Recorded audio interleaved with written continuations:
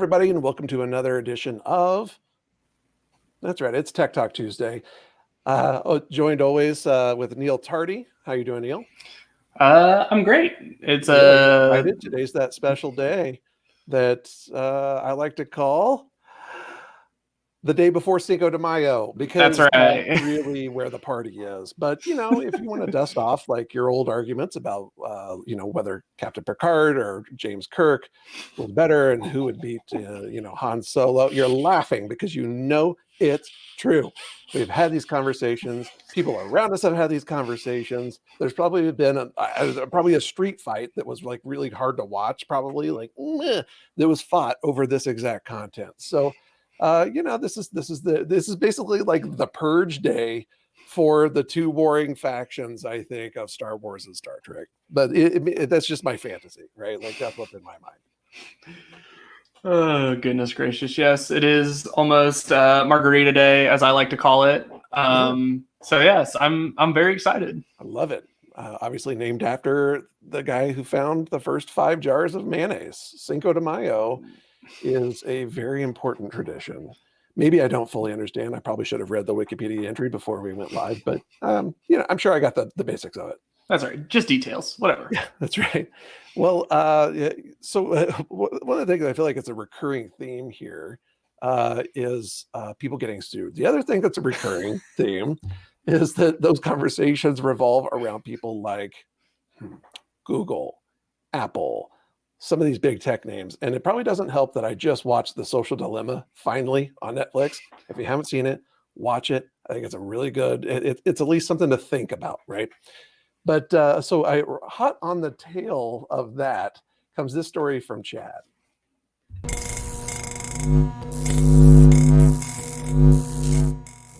In the news this week, Google is fighting a $4.16 billion lawsuit in the UK alleging it secretly tracked iPhone users' internet search history. That's right, incognito isn't always incognito. Big Brother, aka Google, always knows what you're searching. The best part is this isn't the only time Google has been caught doing this or been flagged, as they did receive some fines in 2012 in doing this. But however, what is different this time is the information that they are tracking in addition to your browser history is they were categorizing users by their race, social class, political affiliation, and sexual orientation. You know, basically everything that a potential employer can ask or base a hiring decision on without facing some serious federal fines and penalties. In today's era of wokeness, that kind of behavior isn't exactly what the masses tolerate or ignore, and frankly, nor should they. And now, fellas, back to you.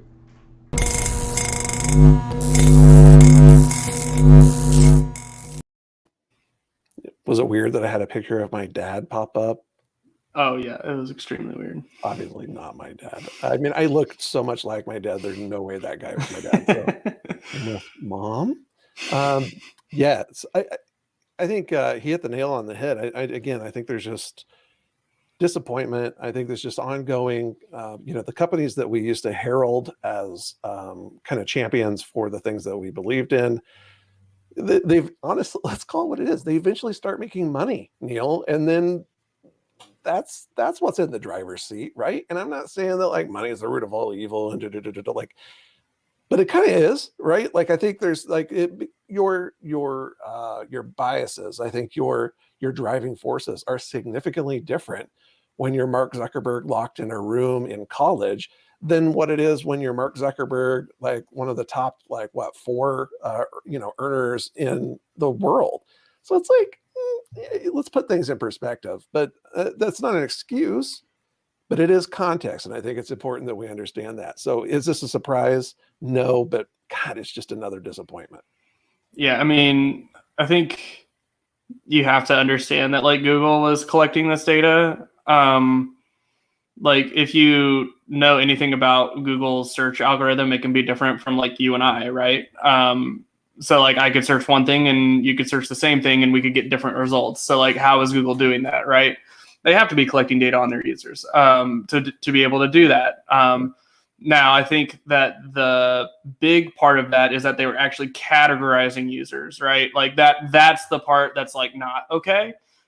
Is actually categorizing users. Yeah. So So yes, I mean, this is a big deal. You should care about this if you don't, and you should definitely read up on it, because this is a very big deal. Like Chad was saying, like this is something that they could be selling to potential employers, or other people if it gets out, if this data gets leaked, right? So yeah, so this is all like not really, really good. I agree. So yeah, I mean, I do agree that with you is with the context is that once people start making money and they can see a way to make more money off of something like that, of data that they already have, why wouldn't they do that from their perspective? Other than like it's not cool and there's probably privacy laws against that, but whatever. Yeah, I think there's an oft-repeated kind of mantra in that, again, in that show I just watched, where they talk about, that these are free services, right? And that's the mentality. Like we all think that they're free, even though we know under the hood that nothing's free. Like we know that as as like a core belief, but you suspend that disbelief, just like when you're watching Star Trek or Star Wars. But you get yourself a little tricked into it, and so it's hard to stop sometimes and say, well, what is the product? And there's the mantra of the documentary, is that you're the product. Actually, even deeper than that, it's the ability to slightly affect your behaviors over a period of time is the product. And so again, how do you do that? You collect enormous amounts of data, you categorize, and you crunch and you cross-reference. And man, they got caught with their hand in the cookie jar yet again on this. Yeah. So, I mean, obviously this is really disappointing, particularly for one of the tech giants, Google. But if you haven't been following along with our show, there is a massive court battle getting ready to happen between two other pretty rather large companies, that being Epic Games and Apple. And Aaron's going to give us a quick summary of what's going on and what's about to happen.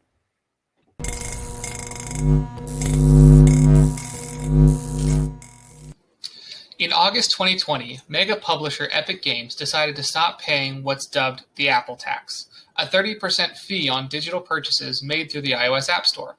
The company added a new feature to its blockbuster game Fortnite, letting users bypass the App Store's payment system to purchase V-Bucks, Fortnite's in-game currency.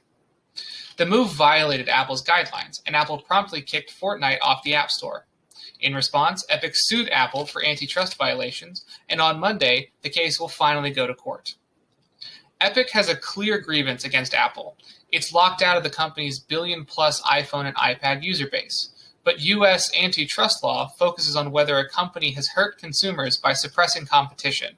So over the next 3 weeks, Apple and Epic will lay out sharply conflicting stories about how a lockdown App Store affects users. Unlike a lot of the tech trial arguments, which focus on abstract hypotheticals and metaphors, these are vivid narratives about some of the most central products in our lives. Now, we know Neil looks like someone who plays Fortnite literally all the time, maybe even right now, but what do you nerds think about this case and its far-reaching implications? To trust Apple and iOS, or antitrust Apple and iOS? Back to you, nerds.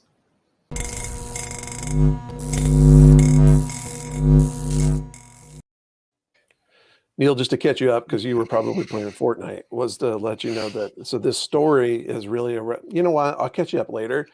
I do like how Aaron forgets that I'm the one that edits his videos. And so, like, if he tries to get the say, I'm going to get the last say, which is funny to me.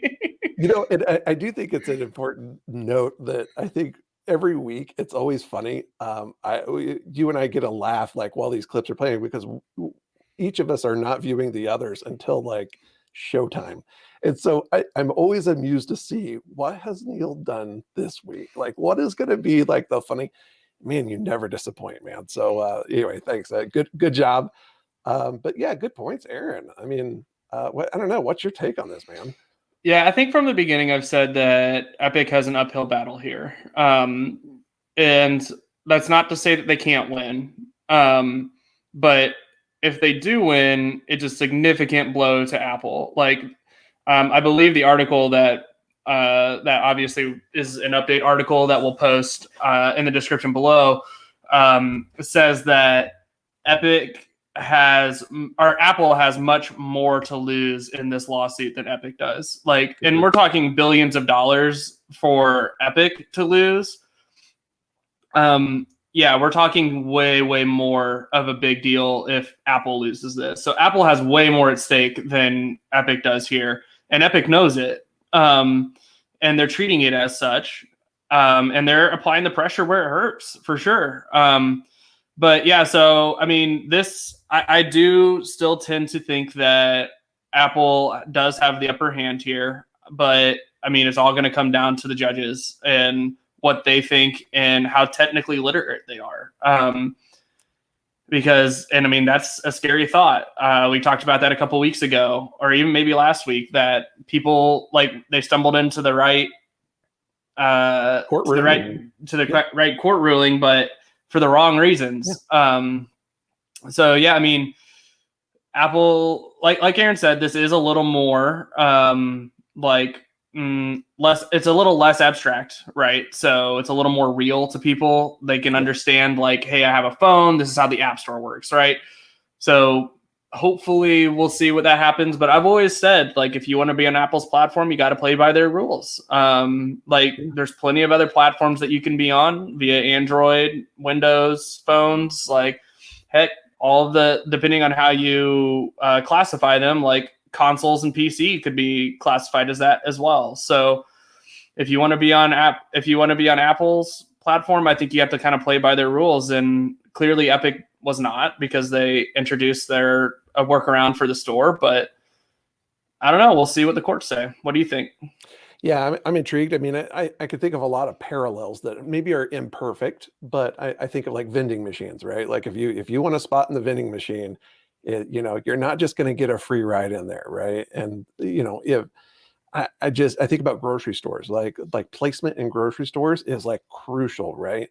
And just the battling that goes on to make that work. And I'm not saying that's great. I'm not saying that's a wonderful system, and I'm not saying that it's good for necessarily the individual companies that are trying to get in there. But that aside, there are a lot of parallels in this universe already that kind of mimic that model. And I don't. I think that this could start a cascading effect potentially, or right. What happens is no more free apps. Yeah, right? and I mean a big thing too is that.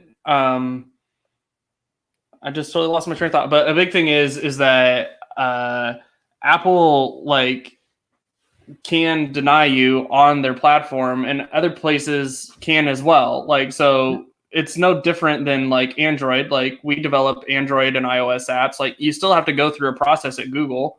Sure. But yeah, I mean, this would be really good for really developers like us, right? Like smaller developers, like having your own in-app store would be great, because you don't have to take the 30% cut. Or Apple wouldn't necessarily get that. So, I mean, for us, it'd be great, but you'd also have to be responsible for that platform. You'd have to be responsible for the maintenance. You'd have to be responsible for connectivity and like the massive amount of distributed media that's involved in that. Yeah, I mean, there's no free ride here. If they lose, I hope they go, you know what, that's fine. But now every app, there is no such thing as a free app anymore. How about that? Yeah, and it's interesting because like other stores do this too. So I mean, it will definitely cause a cascading effect. Obviously, the Apple tax, as developers like to call it, is 30%, which is much higher than a lot of other places. So maybe it causes them to lower it. I highly doubt it, particularly if they win. But yeah, I mean, this is a big deal. It's going to take place over the next 3 weeks. So we'll probably be giving you updates, or at least a final update on what the court rules. And I'm sure that this will go to some sort of appeal process as well. So this is not going to go away. With that being so adversarial, it's nice to actually finish off with a story of some cooperation. This is something that you and I have been tracking for a very long time, and it's the concept of crossplay. And that's really the ability, right, to play a game and have access to your characters, have access to an environment independent of device, right? And this has been touted as a feature for a very, very long time in several different ways, and it's always fallen on its face. But now it seems like it's gaining a lot of momentum. And actually, here's Chad again with the story about the latest incarnation of that.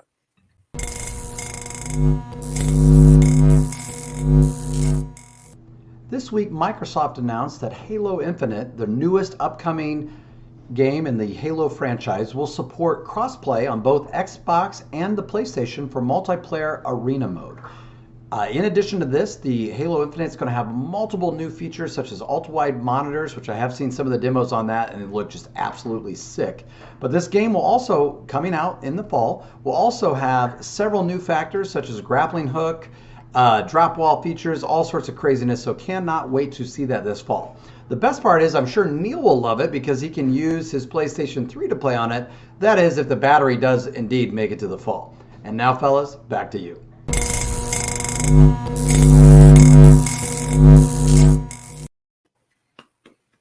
Thank you. I mean, he loves just going after you with this like PS3 thing, which did you even own a PS3? No, I didn't think so.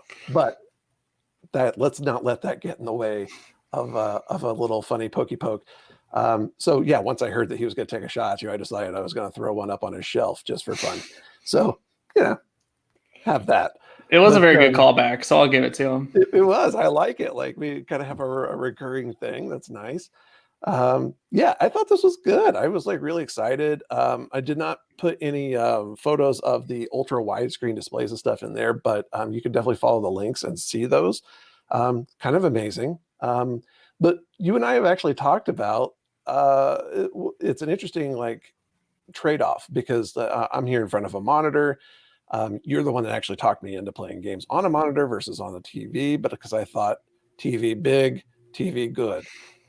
But being right here in front of this monitor with an isolated display and an isolated field of view is really nice because you can see movement more quickly, right? I'm not having to like literally turn my head to see, oh wait, was that a thing? Was that a thing? Was that a thing? Mostly it's just the ADD kicking in, but also, if I'm about to get shot. And the answer is yes, I'm always about to get shot, as you know. So it's interesting. I kind of want to see how these ultra wide screens play out. But you know what? I mean, if you're a hardcore gamer, like, that probably won't affect you that much. And maybe it really will bring something. Yeah, I think the big thing for me here is the cross play and cross progression. I think cross progression in particular is a big thing. So if you don't know what that is, I can have the same character on my Xbox as my PC. So like they are the same character. Which is a rather large thing for people that have multiple consoles. So that's really, really neat. I think crossplay was always going to be a thing with Halo Infinite, particularly because Microsoft is making a big push for anything that they put on the Xbox Series X, they want to put on PC as well. So like I'm pretty sure that was always going to be the case with Halo Infinite, particularly because they wanted Halo Infinite to kind of launch with the Series X, and here we are, and it hasn't. But that's okay. I'm okay with them delaying the game as long as it's a good game. Yeah, I love it. I'm excited. You're right. Crossplay is one thing. Cross progression is another. But man, so excited because there's nothing worse. No, there is. There's plenty worse. But it still sucks that when you're like, oh, I finally saved up my money and got a whatever. And then it's like, womp, you'll be starting out from scratch and going through the tutorial before you can jump back in the action. And you've grinded so much. Boy, that was just funny, wasn't it? But you in the game. Well, that didn't help. Anyway, like, yeah, you've worked so hard and spent so much time and ignored so much of your house chores to get this done, to only start off anew. And so that's frustrating. So I'm really, really, really happy to see that. Now, the other piece of it, like where, some of these games and some of that they've targeted, like, jumping from mobile to PC to console and back and things like that. I think that's interesting. I think, services like Luna and things that are kind of doing things like that. That's interesting, but that's really only because all of your stuff is already in one spot out in the cloud, right? You're not really hopping. You're just changing screen sizes and dimensions and things like that. Is that the next level? I don't know. I mean, I don't ever find myself going like, oh man, I really wish I had, Call of Duty or whatever, like, on my phone. Don't worry. I know you can totally get Call of Duty on your phone. But I'm just saying, like, if I want some modern warfare, that's how old I am. Then I'm gonna get on the console and go that route, or jump on a PC. So, but it's cool to see this all come together, and the future's so bright, Neil. That's right. That's right. Well, on that note, that's all we have for you guys today. So thank you for joining us on this edition of Tech Talk Tuesday. If you want to read up on anything Matt and I talked about today, you can find it in the description below. And while you're there, go ahead and give us a like, follow, or subscribe. That way you don't miss any future editions of Tech Talk Tuesday, and you help us out with YouTube's algorithm. It's a win-win for everyone, right? If you want your question answered live on the air, we didn't do one today, but if we have user-submitted questions, we will do them live on the air. And if you want that to happen, hit us up on Twitter. Matt's Twitter handle is @TheMattRay, because again, there's only one of him. He is that unique.